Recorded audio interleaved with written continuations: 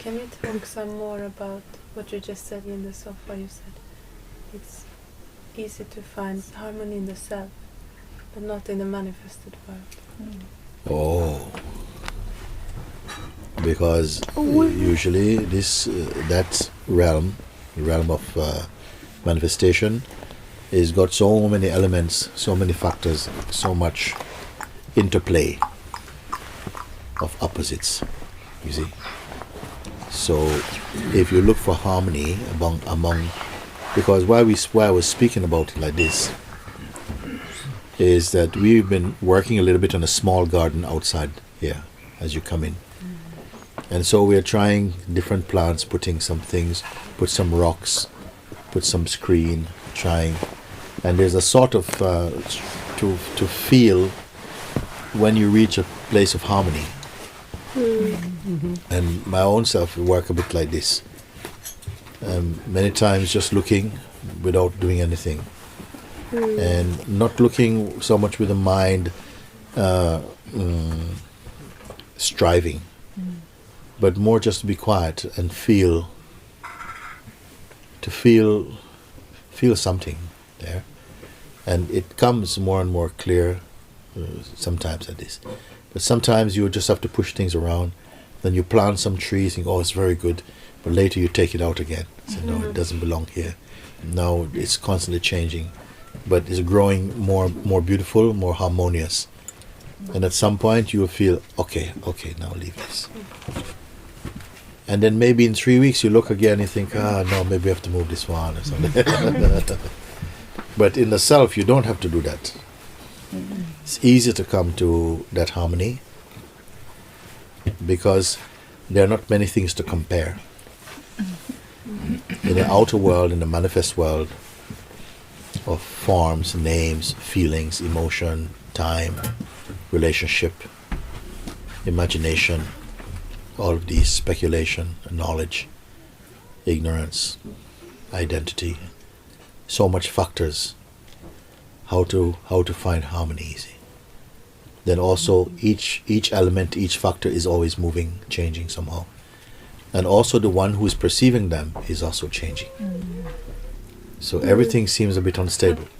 So when the one discovers the inner harmony, which is natural, the harmony which does not have to be maintained by a human being, it simply is.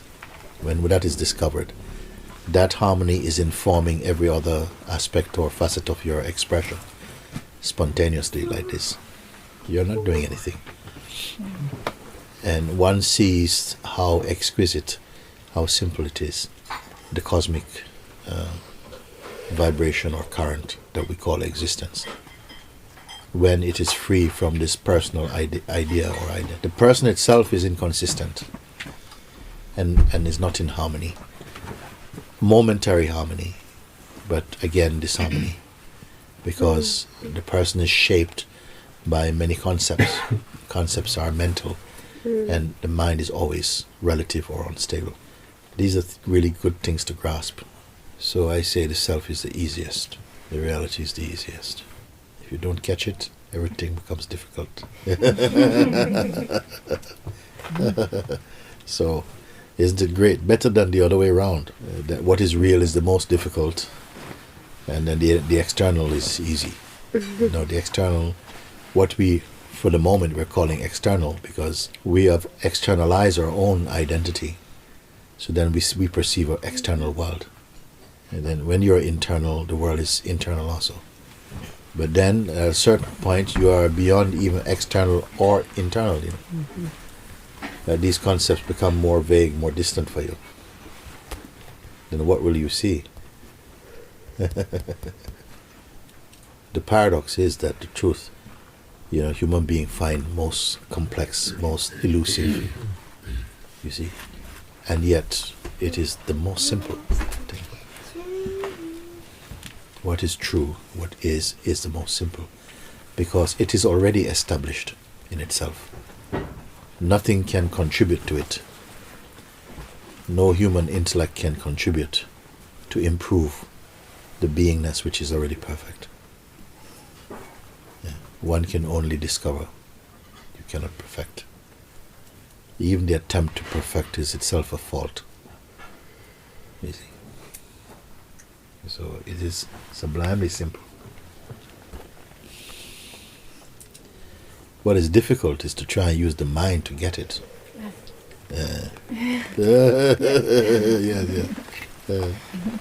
So I came to that place and I see that everything is in service, even if like everything is in service, but not for ego. Just thought I am in the world. Yeah. I need to find the way, and actually it's like world is here, and I'm just. We must understand what we mean when we say world, because this is not a solid thing. The world is not a solid, measurable, objective phenomenon. World has many meanings. Sometimes world means our private world, and everyone's world is private. Is everybody's world the same size? The earth is one thing. Worlds are very different. The earth, you may say, is you even not correct to say it is a physical thing. Even is not correct, because we think the earth is measurable, dependable. You can somehow evaluate it, but this is not true at all. It's not a fixed thing. It's constantly changing also. But the world, earth is, you may say, it is conceived of as being physical thing, phenomenon. But the world, when I say the world, this is a psychological phenomenon. Mixed with ideas of physicality, also our own conditioning, education, fantasy, identity. All of this is contributing to a world that is very much a felt place, and very unique and very private. Because the world that we are living is inside ourselves. But even the physical world is inside ourselves. Who is going to even agree with that, such a thing? When we are conceived of that we are the body, then the body has a particular size at different times. Even the body's size is always changing. To me it seems like the whole universe would fit in there.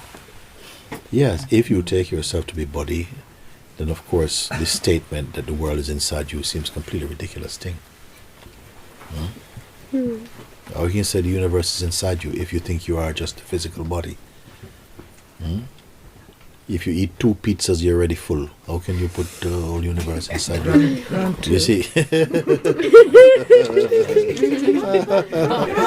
it must be something else, If somebody, the one who is conceived of themselves, yes, universe is inside me, obviously is not meaning in any physical way. No. Must be that the world is perceived inside me. I must become consciousness, cannot be just body. But isn't it the other way around? We're everything but a body. No, everything including body. Yeah. Not except body, as well as body. But the body is only more limited and time-bound expression of our total existence. And it is always changing also. Suppose we knew all the things in all the spiritual books. We read all of them, we comprehend, we understand. We may even have some experiences happen. We read all the best spiritual books from any culture, any language, any tradition, any line of spiritual philosophy or thinking, and you comprehend them fully. Is it enough to realize the self? In some ancient text, it says, a king, everybody bows at the foot of a king. The king doesn't bow to anybody. You see? Then it said, this king is bowing at the feet of an illiterate sage. Meaning one doesn't have any knowledge, hasn't gone to university, doesn't know anything at all. The king himself is bowing at his feet. Why is this? The king doesn't bow to anybody.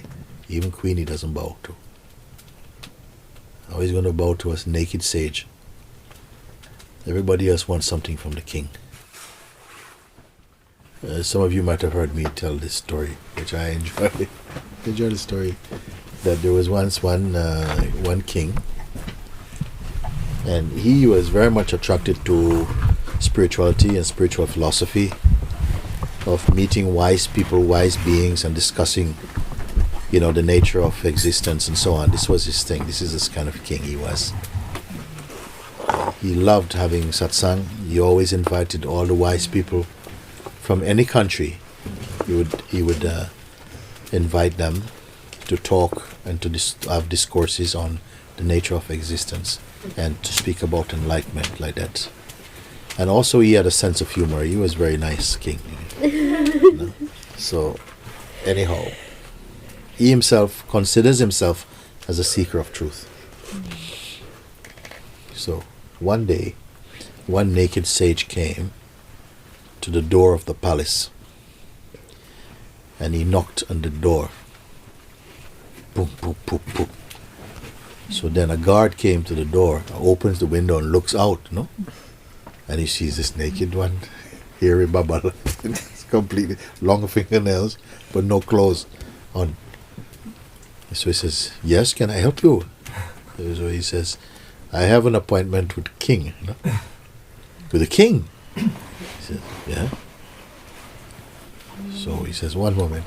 So he went into the king, who was sitting there with a few friends, and he says, Your Majesty, there is a naked man outside, looks like one of these monks or something, and he says he has an appointment with you. So the king says, naked man? He says, yes, Your Majesty. So, what rank is he? Who is he to come here naked? I say, okay. So the guard goes back to the door. He opens the window. He looks at the he says, what rank are you? So he says, no rank. Close the door. He goes back to the king. Your Majesty, he says, he has no rank. So now the king's sense of humor is coming. He says, it's one of my close associates, no? So the king sends a message, He said, are you one of the king's ministers? So the guard goes to the door, opens, says, are you one of the king's ministers? So the Baba is standing there. He says, higher than that. Higher than minister. Okay, one moment. Runs back to the king and says, Your Majesty, he says he's higher than minister. The king says, higher than minister? Is he one of my counselors? Ask him. So he goes back. The king asks you, are you one of his counselors? He says, higher than that. Higher than counselor. Looking naked, no? Goes back. So, Your Majesty, he says higher than counselor. The king says, higher than counselor. Is he one of my most intimate advisor? He goes, are you one of the king's intimate advisors? Higher than that. Higher than that. Okay, go back. My lord, he says, higher than that. He says, higher than that. Naked. Okay, let me think. So, one of my generals is playing a trick on me. Ask him if he's my general. He goes to the door. He opens. The king asks, are you one of his generals? Higher than that. He goes back. He says, my lord, he says, higher than general. Higher than general. Higher than General is who? Oh, my God. Is he a prophet? Oh, he goes back to the door, opens. Are you a prophet? He asked him. Then there's a little glint in his eye. He says, higher than that. Higher than a prophet. Then he says, oh my God, maybe. Ask him, is he a king from another country? His Majesty asks you, are you a king from another country? She says, higher than that. She came back and says, my Lord, he says higher than a king from another country. Higher than a king from another country, higher than a prophet. Ask him, is he God? So he goes down to the door, opens, he says, are you God? Yes. He relaxes and says, higher than that. So he ran to the king. The guard is a bit tired now. Says, my lord. Said, what is it? What is it? He says, higher than that. So the king now, he start to feel some pumping. He says, higher than God. Oh, the king gets up and he goes himself now with the guard. So he looks out and he opens the door and looks out at this blazing Baba. He says, higher than God? Nothing is higher than God. Then the Baba says, this I am. Then what happened now is the king was so struck by this encounter, because he never heard anybody say this, that all his power left him, all his strength left him. And he was quite a big guy. And suddenly, like he fainted. He couldn't take, it was too much knowledge for him, too much power. Then also the guards had to come and carry him to his bedroom because he had no power, his power gone. Then he was in his bed for nearly 1 week. He couldn't move. He was completely exhausted by the force of this encounter. No? Then after 1 week, he was getting up out of bed. Then his attendants went, oh my lord, they went and got his royal robe. My lord, put your robe on. The king says, no. I cannot do this again, no. I cannot put this again now. Right now, I must go to find that one now.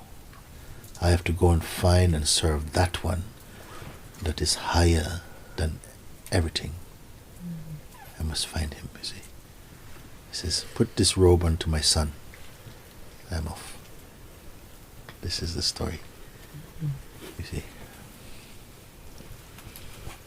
Who can say such thing higher than any thought, any idea you may have, higher than your highest idea?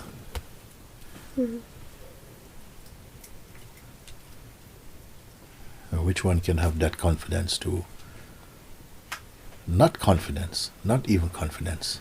It's not confidence. There's another word, I cannot find what it is. Not even conviction. Not even conviction. The one who knows the truth is beyond even conviction, you see.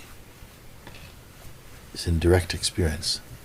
This is how one has to be sure about the truth.